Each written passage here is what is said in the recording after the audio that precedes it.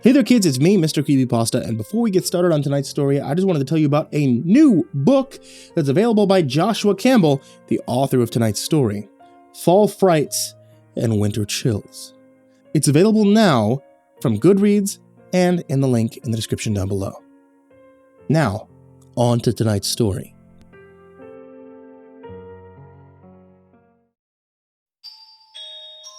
Have you ever met someone who changed your life so completely? Someone who's your first, your last, and your only. I met her yesterday. I met Sheela. I work as an engineer in China. My company hired me straight out of college and offered me a huge sign-on bonus if I would relocate to their main hub in central China. Apparently the company had been responsible for many dams across China, and due to poor upkeep, had seen many lawsuits leveled against them when the machinery failed. But my job was to check the machinery and dams and make sure that they were working correctly. It's a very lucrative job, and after a few years I found myself nearly fluent in the regional dialect. An American is something of a novelty for the rural towns that I visit. I often find myself being invited to bars or back to someone's house at the end of the day. The women have also been amiable, but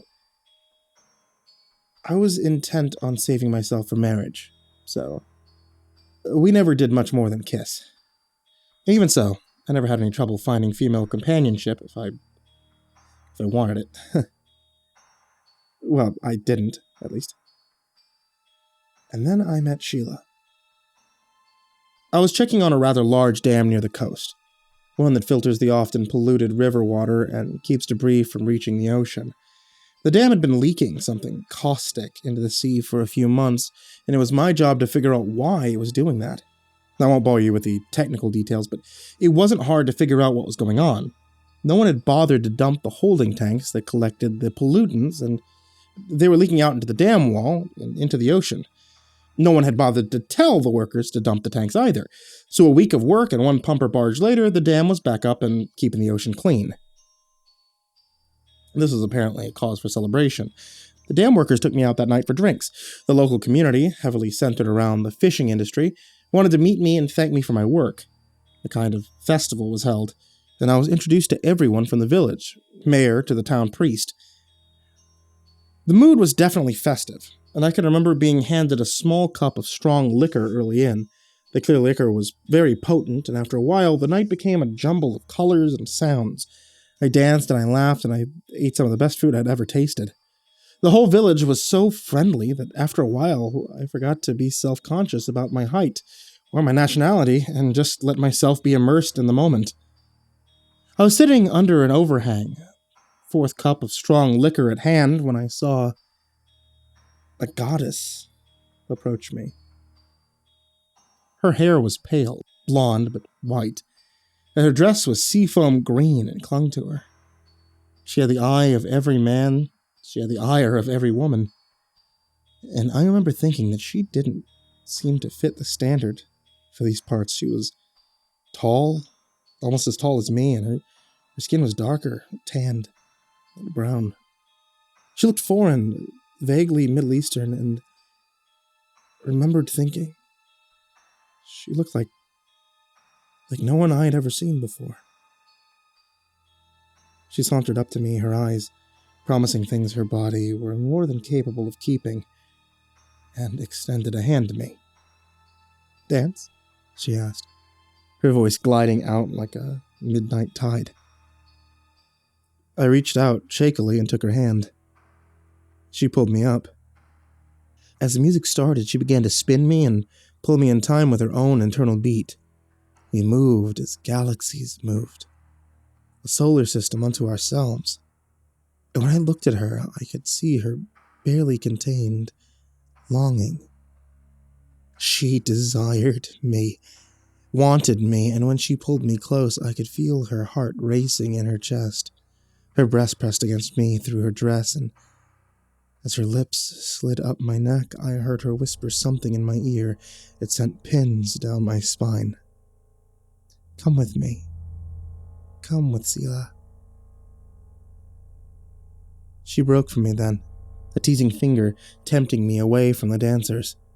I stumbled after her. The drink and the fire and my nethers piloted me easier. She broke from me then, a teasing finger tempting me away from the dancers. The drinks and the fire and my nethers piloting me easily. Did you say Sheela? Is that your name? I slurred, letting her lead me towards the beach. She smiled and kept crooking her finger as we got further from the festivities. She led me through the sprawl of little dwellings that busted up the area, and in my drunken state I was in no mood to think about what I might be doing. Her pale hair danced in the moonlight. Her tan skin was shown so pale it was almost white. It turned her into a ghost, floating along before me as I stumbled on the rutted path. She beckoned onward, and as I came I could hear some exotic melody floating around us in the air. Then the dog began to bark, and the melody was snatched away. He wasn't much of a guard dog, some little mutt that had been chained up in someone's yard, but the effect that he had on her was jarring. She recoiled as though she had been burned and took a few shaky steps away from the animal. The dog, however, was lunging at her, straining against the chain and barking and growling like a wild thing. He was choking himself trying to get free, and his aggressive behavior was aimed solely at my beautiful companion. Watching him maul the air was starting to bring me out of my daze. Sheela rounded on him suddenly, hissing like a scalded cat, and the dog yarked and backpedaled to hunker under the porch. Then she crooked her finger at me, and the lovely music began to take me away again. We came to the beach, and she led me into a spot off the main beach that lay behind a strand of vegetation. There sat a hand-carved wooden boat bobbing in the surf. As I climbed inside, I felt the weight of the drink descend on me. I closed my eyes, and I felt the boat slip out into the waves. My fingers splashed into the spray when we took the wave, and I remember thinking that we were moving much too fast for a boat that she must be paddling. I'd seen no motor. Well, the boat looked like the kind of thing that would take big oars and strong arms. As we bobbed and floated in the churning soup, I let my mind focus on the strange music enveloping me and drifted off for what couldn't have been longer than a few minutes. When I awoke, we were on very different sands, and her hand had pressed against my chest and her face, very close to mine. She smiled when she saw that I was awake. "Come," she whispered, and was off me and out of the boat with cat-like grace. I rose from the boat much less gracefully, and as I looked out across the water I could see the lights of the little fishing village many miles away. I looked for the oars but didn't see them. I must have been out for hours because there was no way we could have gone that far in minutes. The little boat bobbed in the shadows, having no anchor and no means to stay put either, and that confused me as well. Surely the tide must have taken it back out again without something to tie it down. And then the warm laughter of my guide and the soft music enveloped me again, and I followed her into the woods. The lush jungle lay not far from the boat, and she was standing at the edge and looking lovely in her green dress. She moved into the tree line, begging to be chased, and in the light of the moon, I dogged her steps as my drink-soaked brain processed only the need to have her. The jungle vegetation was lush and thick. On any other night, I would have been hesitant to plunge into it for fear of snakes or poisonous insects. That night, though, I blundered in with wild abandon, and the deeper I went, the deeper I pushed to go. When I crashed into a small clearing, a burbling pool, splishing placidly, I looked around wildly. She was nowhere to be seen, but I could still hear the music, and I knew she couldn't be far. Suddenly, the burbling pool became a loud eruption of water, and she rose from the water nymph. I must have looked ghastly myself, one shoe missing, clothes torn from my wild run, and my face awash with mud and sweat. She approached me, however, as though I were some Greek god. She slid her soft hands over my cheek and pressed her cool lips against mine. She tasted exotic. like oil and spice and something unknown. She tasted like the grave, but I wouldn't know that until later. She broke our kiss and slid her mouth to my ear and whispered her last request. Dance for me. I felt my limbs go taut, like a puppet whose strings had been pulled, and suddenly I broke into a wild and frantic sort of dance. The music in my head had changed, becoming primal and dissonant. My body threw itself wildly about, my throat erupted in earthly screams of ecstasy, and I felt like one of those ravers in a mosh pit as my body danced out its primal need for her. She sat back against a rock, her dress hiking up to show me a pale leg that I was sure had been tanned earlier. Hadn't she looked exotic before? Vaguely Middle Eastern. Now her skin was pale as cream. Her hair, white. Her white hair seemed brittle, corpsey as the moon spilled across it. Her dress suddenly seemed more like a funeral shift. And the green became mold as her cat-like eyes stared at me in the throes of my passionate dancing.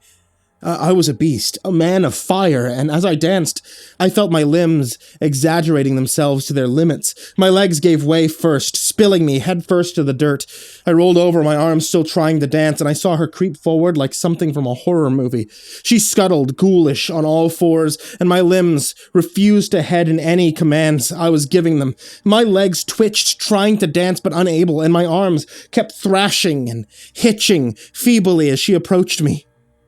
I could see her staring at me from the soles of my feet, and she peeked at me from between my toes. Then she opened her mouth, very wide, and popped the big toe of my left foot into her mouth. When she'd opened her mouth, I had seen a double row of sharp teeth that promised to strip my flesh, even as they bit through my bones, and the toe entered her mouth, and I knew that I would never see it again, and when she started to suck on it, I thought maybe I had been mistaken. Perhaps she was just playing with me. Maybe the alcohol had made me hallucinate, and this was nothing but an alcohol-soaked dream. And then she bit the toe, parting it from my body as she chewed, with an ecstatic look on her cannibal's face. I cried out, but my cries mixed with that primal scream of the dance. No one would hear me out here anyway. We were miles from civilization. Even the fishermen on the boats that might be close by would probably think I was some sort of strange night bird. No one was coming to my rescue, and my body had betrayed me in the wake of the strange song. I was her plaything, her prisoner, and she could do with me as she liked. The other 4 toes of that foot went down similarly. She crunched them with relish. Her serpentine tongue slid out to lick the blood from her lips, and when the toes were gone, she took a bite of the now oddly shapen foot. The blood ran darkly down the nub, and she lapped at it hungrily as she chewed. My throat felt raw from screaming, the pain intense and throbbing, and as she took a second bite, I heard my voice give out from crying. She looked up at me, seductively enough to make certain parts of my body quiver, and began planting biting kisses up my leg. The wounds were red and oozing, her lips now painted with my blood as she bit her way up. I began to realize her destination. I tried to break free of her spell, not wanting to be parted from this particular portion of my body. But I was helpless before her. She kissed her way up my leg, her mouth splitting at the perimeter and ripping at the corners as she prepared to bite through the front of my trousers. And then that bark howled somewhere in the jungle, and she cast her eyes fearfully towards it. She stared in the direction for nearly a minute, seeming unsure of herself. She was rattled. The dog's howl had put her off, just like the one in the mainland had. She stared out into the forest, eyes searching frantically, but when nothing came running out of the jungle to challenge her, she turned back to her helpless, dancing captive. I'll save you the gory details. Needless to say, it was the worst pain of my life. I watched her throat bulge as she swallowed them down, a look of pure bliss on her face and my warm blood pattering down her pallid face. She looked up then, cat eyes searching, and I thought that she might be seeing my heart as it beat in my chest. She licked the blood from her lips and stalked up to my chest, grabbing my arms and holding them down fiercely, as so my feebly swinging arms couldn't hinder her. Her mouth tore open at the corners again, and I closed my eyes against the oncoming rip of her two sharp teeth. My various wounds ached and bled, and at that moment I was almost glad it was about to end. At that moment, I just wanted the pain to stop. That was when I heard the howl. Closer now than it had been. Something big slammed into her side. It knocked her off me, sending her squealing and hissing. And when I opened my eyes a crack, I realized it wasn't a dog at all. It was a wolf. A big black wolf with white snarling teeth and a pair of piss-yellow eyes that looked furious. My mind was a jumble. I didn't ever remember hearing about wolves in China, but I was far from upset by his sudden presence. He leapt onto the woman and tore into her with his gnashing maw. She hissed at him, slapping at him with her long nails, but as she showed some signs of driving him off, another wolf barreled from the jungle to join the first. As I lay bleeding, 8 of the largest wolves I'd ever seen came snarling from the vegetation to ring her in. She looked at them, and as her eyes met mine, her face was full of fear. They buried her in a ring of ripping teeth and furry bodies. Yeah, I didn't waste time. I dragged myself away from the clearing with what little strength I had, making for the beach that had seemed so close with my 2 whole feet, and as I pulled myself away, I could hear them tearing and ripping at her. Her screams drove into my brain like an ice pick. If you've never heard someone get mauled to death by a pack of wolves, then consider yourself very lucky. I could hear them savaging her as I bled and crawled, and I had no illusions of getting far before they fell on me as well. I was leaving a clear blood trail, panting loud enough to be heard from the mainland, and as the sounds of their feet became farther away, I began to think that I might be allowed to die in the jungle instead of eaten by wolves. I had no hope of finding the beach again. I only knew that I didn't want to die as she had. When my fingers sank into the sand, an undetermined amount of time later, I drew them back in surprise. I had never expected to find the beach, and now the sound of the water engulfed me. I knew I might be allowed to die on the beach in some relative comfort. I dragged my body out into the beach, my various injuries, crying out as the sands caked them and was ground into them. I dragged myself forward until I could feel the shore's wet edge, and I rolled onto my back and lay where the water might slide up to touch me as I lay dying. It was cold fire against my injured foot. I didn't care. The sound of waves would be a perfect backdrop for my last few minutes on Earth. I could still feel the blood leaking out of my foot and crotch, and I knew that I'd lost a lot. I closed my eyes, and I prepared to die. When my eyelids were suddenly blasted by a bright light. I thought it was the sun for one pain-soaked moment. I thought I had fallen into a pain-induced shock and came to the beach by day, but when the light went away, I opened my eyes in confusion. The light returned the moment I did, and I shaded my eyes to see that it wasn't the sun, but a searchlight. As it slid away, I saw it was on a little ship that was cruising towards the coast. When I flopped back down and closed my eyes again, it fell on me and held me in its regard. I heard people yelling, speaking in the native tongue, and there was a splash of boats being lowered into the water. I tried to struggle when they came for me, fearing that they were with her, but my body reached its limits and I blacked out as a strong hands lifted me from the sands. I woke up in a hospital bed on the mainland. I had been asleep for 3 days. The doctor told me some fishermen from the village had heard my screams and come to see if they could help. My left foot was 60% gone. My left leg was in danger of needing amputation since many of the bites had festered. My groin was a tube now. My reproductive organs were bitten off completely, and I was fortunate to be alive. Any longer, you would have bled to death.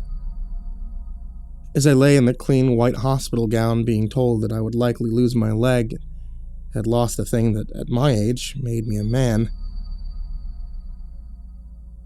I didn't feel fortunate. The police came and asked me questions about what had happened. You could tell they didn't believe me.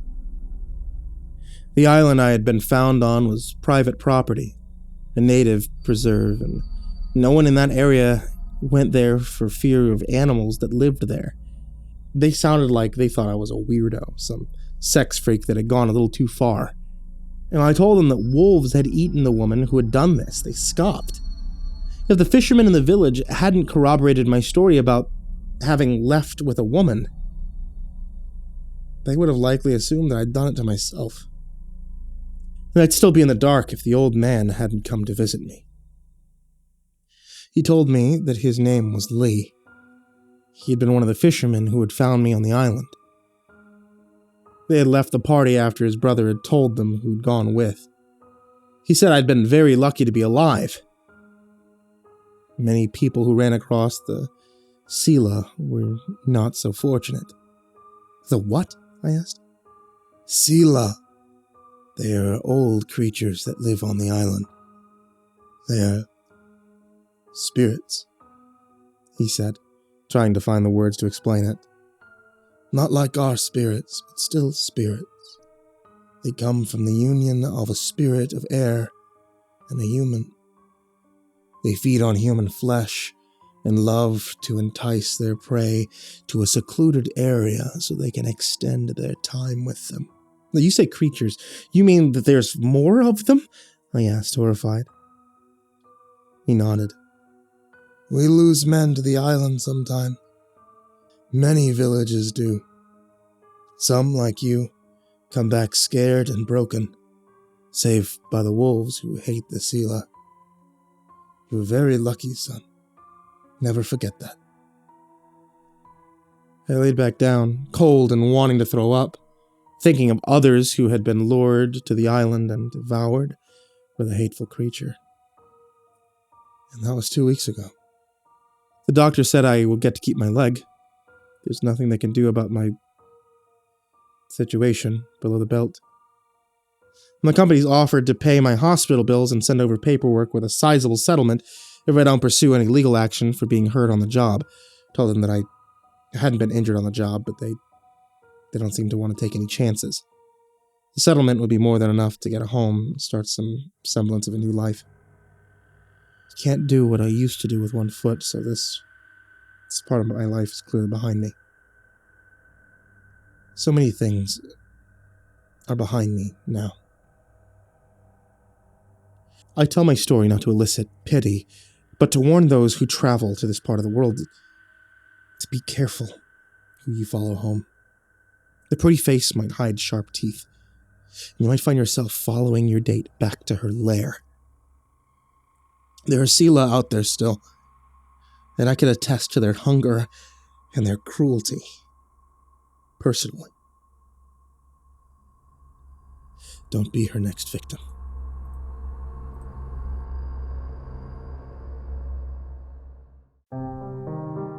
Hey there kids, it's me, MrCreepyPasta, and I just wanted to tell you thank you so much for watching tonight's video.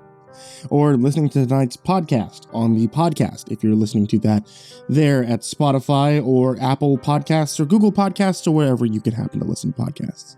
I also want to tell you guys, if you look in the description, there's a lot of really cool things that you can always see down there, including links over to 2 Creepypasta books that I curated that are available now on Amazon. Check those out. The Creepypasta Collection Volume 1 and Volume 2.